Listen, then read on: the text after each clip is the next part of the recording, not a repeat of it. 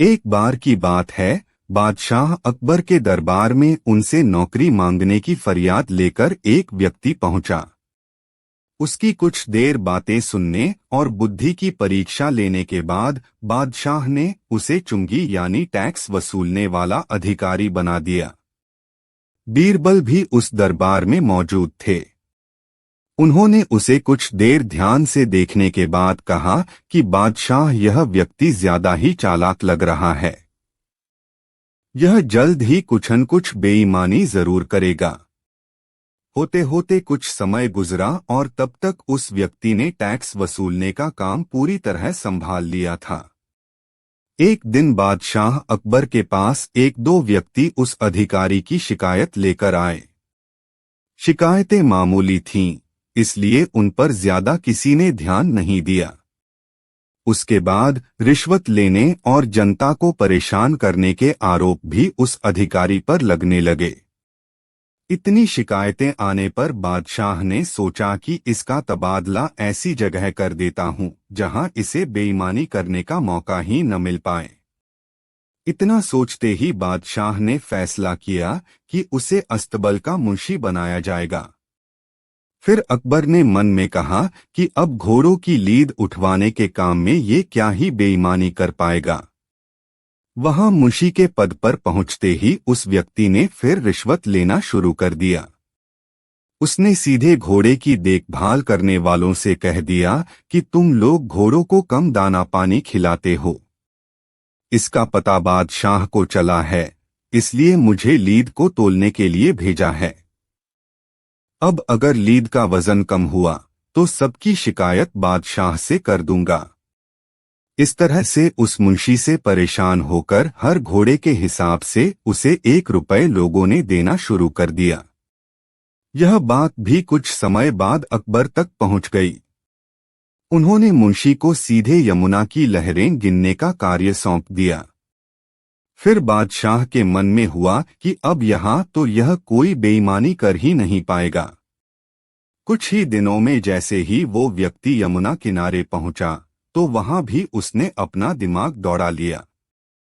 वो नाव से सवारी करने वालों को रोक रोक कर कहता कि मैं लहरें गिन रहा हूं, ऐसे में तुम लोग यहां से नहीं निकल सकते हो। इसी जगह पर 2-3 दिन तक रुकना होगा। रोज रोज ऐसी बातें सुनकर नाव चलाने वालों ने अपने कार्य को जारी रखने के लिए उसे 10-10 रुपए की रिश्वत देना शुरू कर दिया। अब यमुना किनारे भी वो व्यक्ति खूब बेईमानी कर रहा था। 1-2 महीने में यह बात भी बादशाह तक पहुंच गई। तभी अकबर ने एक लिखा हुआ आदेश भिजवाया, नाव को रोको मत जाने दो। वो व्यक्ति चतुर था, उसने बादशाह के आदेश वाले पत्र को नावों को रोको मत जाने दो कर दिया था। इस थोड़ी हेरफेर के बाद उसने अकबर का आदेश वहां टंगवा दिया। आखिर में उससे परेशान होकर बादशाह ने उसे नौकरी से ही निकाल दिया। तभी बादशाह को बीरबल की बात याद आ गई कि ये आदमी बेईमानी जरूर करेगा। तब उनके मन में हुआ कि मुझे उसे पहली गलती में ही कठोर दंड देना चाहिए था। कहानी से सीख, दुष्ट अपनी दुष्टता और बेईमान अपनी बेईमानी कहीं भी जाने पर नहीं छोड़ता है। एक समय की बात है, बादशाह अकबर अपने दरबारियों और बीरबल के साथ दरबार की कार्यवाहियों में लगे हुए थे। राज्य की प्रजा बहुत ही खुश और समृद्ध थी। देश में सभी और अमन और प्रेम बिखरा हुआ था। एक सैनिक दरबार में आया और उसने बादशाह से गुहार लगाई, हुजूर, पड़ोसी देश यमन से एक दूत आपके लिए उपहार और एक संदेश लाया है। बादशाह बोले, ओह, यमन के बादशाह सुल्तान खान हमारे बहुत ही अच्छे दोस्त है। काफी समय से हम उनसे मिले भी नहीं है। जल्द से जल्द दूत को पेश किया जाए। पूरे आव भगत के साथ दूत को दरबार में पेश किया गया। यमन का दूत अपने साथ कई तरह के उपहार और वस्त्र लाया था, जिन्हें देखकर बादशाह बहुत ही खुश हुए। उन्होंने दूत को आराम करने के लिए कहा और दूत की बहुत सेवा की गई। 2 दिन बाद दूत दोबारा दरबार में पेश हुआ बादशाह ने पूछा, कहो क्या कहना चाहते हो, हमारे दोस्त ने हमारे लिए क्या संदेश भेजा है। दूत बोला, हुजूर, आपके मित्र ने संदेश दिया है कि बादशाह से कहना कि वह उन्हें बहुत याद करते हैं। उनका कहना है आपके दरबार में कई समझदार दरबारी है, इसलिए उपहारों के बदले में उन्हें सिर्फ समझदारी से भरा घड़ा चाहिए। बादशाह बोले, यह समझदारी से भरा घड़ा क्या होता है? हमने इस बारे में पहले कुछ नहीं सुना। दूत, हुजूर, इस बारे में मुझे कुछ नहीं पता, यह तो आपके और हमारे बादशाह के बीच की बात है। बादशाह ने सभी दरबारियों से समझदारी से भरे घड़े के बारे में पूछा, लेकिन किसी को भी इस बारे में कुछ पता नहीं था। तब बादशाह ने बीरबल से पूछा, बीरबल, अब आप ही इस समझदारी से भरे घड़े को ढूंढ सकते हैं। यमन के बादशाह हमारे बचपन के दोस्त है, यह उनकी पुरानी आदत है। वह ऐसी ही अजीब पहेलियां पूछते रहते हैं, लेकिन आज बात हमारे देश की इज्जत की है, इसलिए हमें उन्हें उनका मुंह मांगा तोहफा देना ही होगा।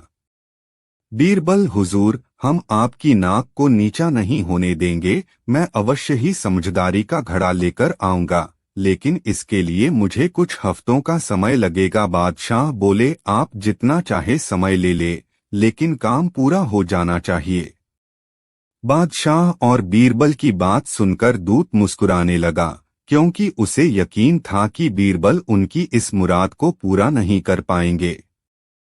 बाकी दरबारी भी काफी खुश थे, उन्हें देश और बादशाह के अपमान से कुछ लेना देना नहीं था। वह तो ये सोचकर खुश थे कि आज बीरबल बुरी तरह फंस गए हैं।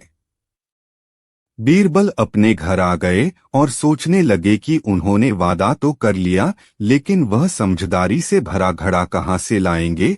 पूरी रात वह अलग अलग रास्तों के बारे में सोचने लगे। सुबह होते होते बीरबल को रास्ता सूझ गया था। उन्होंने अपने माली को बुलाया और बोले, रामदीन, जल्दी से बाजार जाओ और कुछ पीतल के घड़े लेकर आओ। ध्यान रखना उनके मुंह छोटे होने चाहिए। माली रामदीन बाजार गया और बीरबल के कहे अनुसार कुछ घड़े लेकर आ गया। बीरबल माली को लेकर अपने बगीचे में ले गया, जहां बहुत से फल, फूल और सब्जियां बो रखी थी। बीरबल ने पूरी बात माली को समझा दी और उन दोनों ने मिलकर वहां लगे तरबूज के पौधों को घड़ों से ढक दिया। और बीरबल ने माली से कहा, रामदीन, तुम्हें इन ढके पौधों का ध्यान रखना है। इन पौधों को पूरी तरह से धूप, खाद और पानी मिलना चाहिए। माली ने हाँ कर दी और कुछ ही हफ्ते बाद दरबार में बादशाह ने बीरबल से समझदारी के घड़े के बारे में पूछा, तो बीरबल ने कहा कि मैं कल समझदारी के घड़े को पेश कर दूंगा, आप दूत को दरबार में बुलवा लीजिएगा। अगली सुबह पूरा राज दरबार भरा हुआ था। सभी बीरबल के चमत्कार को देखना चाहते थे। बादशाह बोले, बीरबल, हम समझदारी से भरे घड़े को देखने के लिए बेचैन हो रहे हैं, जल्दी से पेश करो। बीरबल बोले, अभी लीजिए हुजूर। बीरबल के इशारे पर माली दरबार में आ गया। उसके हाथ में कुछ था जो कपड़े से ढका हुआ था। कोई कुछ समझ नहीं पा रहा था। बीरबल बोले, दूत, जाओ और जाकर समझदारी से भरे घड़े को देख लो। जैसे ही दूत ने कपड़ा हटाया, नीचे एक पीतल का घड़ा था। दूत ने घड़े के अंदर देखा और हैरान हो गया, लेकिन कुछ नहीं बोला। बीरबल बोले, क्यों है ना ये समझदारी से भरा घड़ा? दूत ने हाँ में सर हिला दिया। बादशाह के साथ सभी दरबारियों की उत्सुकता और भी बढ़ गई थी। दूत बिना कुछ बोले उस घड़े को लेकर अपने देश के लिए रवाना हो गए। दूत के जाने के बाद बादशाह बोले, बीरबल, घड़े में ऐसा क्या था जो दूत इतनी शांति से चला गया? बादशाह के बोलने पर बीरबल ने वैसा ही एक और घड़ा दरबार में मंगवाया जो उसके ही बगीचे का था। बादशाह ने देखा कि उस पीतल के घड़े में एक बड़ा सा तरबूज था। वह सोचने लगे कि इतना बड़ा तरबूज इस घड़े में आया कैसे? दरबारियों को भी कुछ समझ नहीं आया। तब बीरबल बोले, हुजूर, मैंने अपने माली से कुछ पीतल के घड़े को तरबूज के पौधों पर चढ़वा दिया। तरबूज घड़े के एंडी ही बड़ा होने लगा और एक दिन इतना बड़ा हो गया कि उसे घड़े से निकालना असंभव हो गया। दूत यही बात सोचकर हैरान था कि तरबूज घड़े के अंदर गया कैसे और बिना कुछ बोले चला गया। बीरबल की बात सुनकर दरबार में सभी हंसने लगे और बीरबल के नाम की जय जयकार करने लगे। यही वजह है कि आज भी बीरबल की बुद्धिमानी की कहानियां सुनी जाती हैं।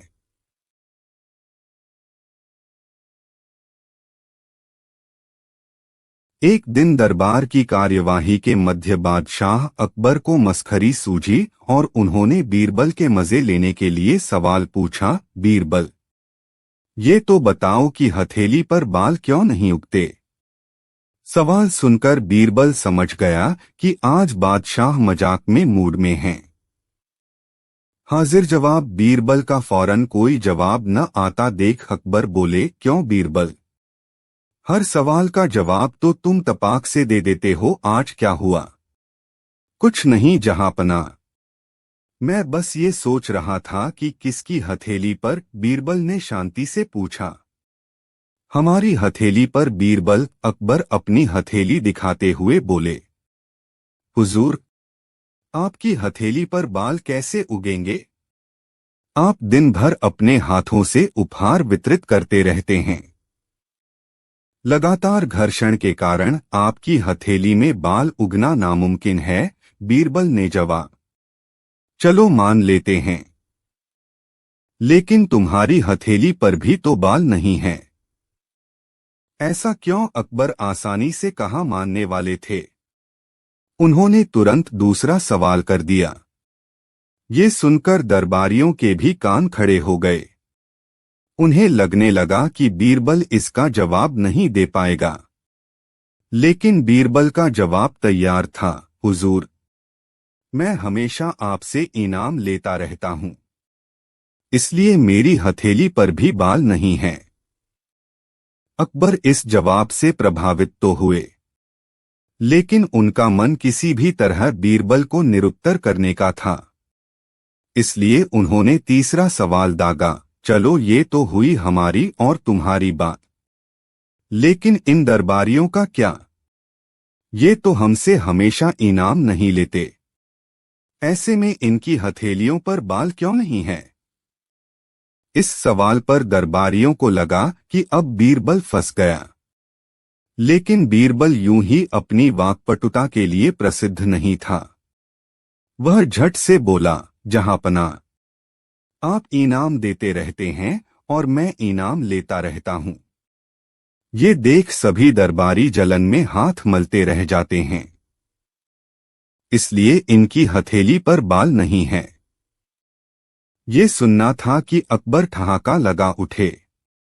उधर दरबारियों के सिर शर्म से झुक गए। दोस्तों, आशा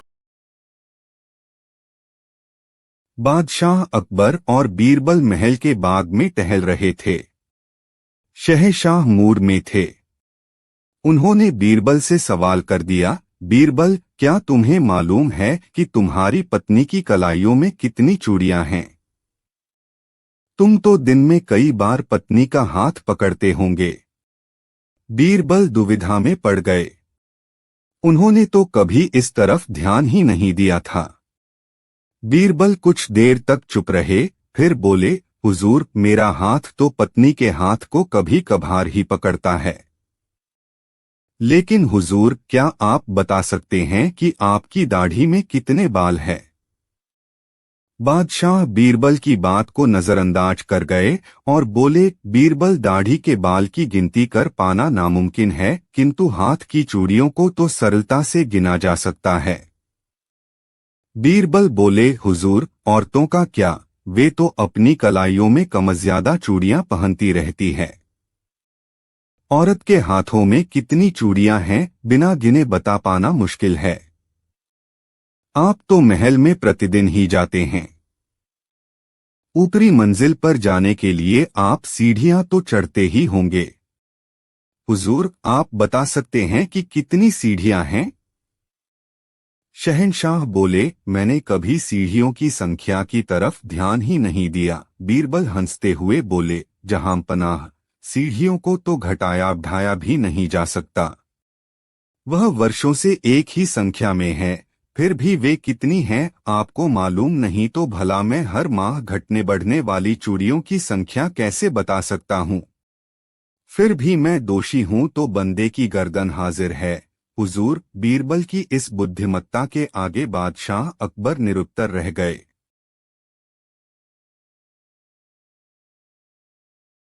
एक मंत्री की उदास शक्ल देख बादशाह अकबर ने उसकी उदासी का कारण पूछा।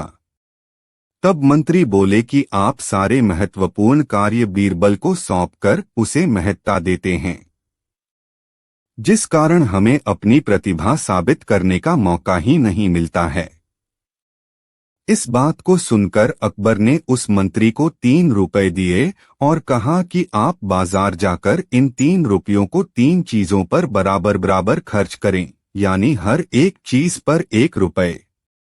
लेकिन शर्त यह है कि पहली चीज यहाँ की होनी चाहिए, दूसरी चीज वहाँ की होनी चाहिए और तीसरी चीज ना यहाँ की होनी चाहिए और ना वहाँ की होनी चाहिए। दरबारी मंत्री अकबर से 3 रुपए लेकर बाजार निकल पड़ा। उसकी समझ में नहीं आ रहा था कि वो अब क्या करे। वह एक दुकान से दूसरे दुकान चक्कर लगाने लगा, लेकिन उसे ऐसा कोई नहीं मिला जो इस शर्त के मुताबिक 1 रुपए वाली 3 चीजें दे सके। वह थक हार कर वापस अकबर के पास लौट आया। अब बादशाह अकबर ने यही कार्य बीरबल को दिया। बीरबल 1 घंटे में अकबर बादशाह की चुनौती पार लगाकर 3 वस्तुएं लेकर लौट आया। अब बीरबल ने उन वस्तुओं का वृतांत कुछ इस प्रकार सुनाया। पहला 1 रुपया मैंने मिठाई पर खर्च कर दिया जो यहाँ इस दुनिया की चीज है। दूसरा रुपया मैंने एक गरीब फकीर को दान किया जिससे मुझे पुण्य मिला जो वहाँ यानी जन्नत की चीज है। और तीसरे रुपए से मैंने जुआ खेला और हार गया। इस तरह जुए में हारा रुपया वो तीसरी चीज थी जो ना यहाँ मेरे काम आई न वहाँ जन्नत में मुझे नसीब होगी। बीरबल की चतुराईपूर्ण बात सुनकर राजा के साथ साथ दरबारी भी मुस्कुरा पड़े और सभी ने उनकी बुद्धि का लोहा मान लिया। अकबर बीरबल की हाजिर जवाबी के बड़े कायल थे। एक दिन दरबार में खुश होकर उन्होंने बीरबल को कुछ पुरस्कार देने की घोषणा की, लेकिन बहुत दिन गुजरने के बाद भी बीरबल को पुरस्कार की प्राप्त नहीं हुई। बीरबल बड़ी ही उलझन में थे कि महाराज को याद दिलाएं तो कैसे। एक दिन महाराजा अकबर यमुना नदी के किनारे शाम की सैर पर निकले। बीरबल उनके साथ था। अकबर ने वहां एक ऊंट को घूमते देखा। अकबर ने बीरबल से पूछा, बीरबल बताओ ऊंट की गर्दन मुड़ी क्यों होती है। बीरबल ने सोचा महाराज को उनका वादा याद दिलाने का यह सही समय है। उन्होंने जवाब दिया, महाराज यह ऊंट किसी से वादा करके भूल गया है, जिसके कारण ऊंट की गर्दन मुड़ गई है। महाराज कहते हैं कि जो भी अपना वादा भूल जाता है तो भगवान उनकी गर्दन ऊंट की तरह मोड़ देता है। यह एक तरह की सजा है। तभी अकबर को ध्यान आता है कि वो भी तो बीरबल से किया अपना एक वादा भूल गए हैं। उन्होंने बीरबल से जल्दी से महल में चलने के लिए कहा और महल में पहुंचते ही सबसे पहले बीरबल को पुरस्कार की धनराशि उसे सौंप दी और बोले, मेरी गर्दन तो ऊंट की तरह नहीं मुड़ेगी बीरबल। और यह कहकर अकबर अपनी हंसी नहीं रोक पाए और इस तरह बीरबल ने अपनी चतुराई से बिना मांगे अपना पुरस्कार राजा से प्राप्त किया।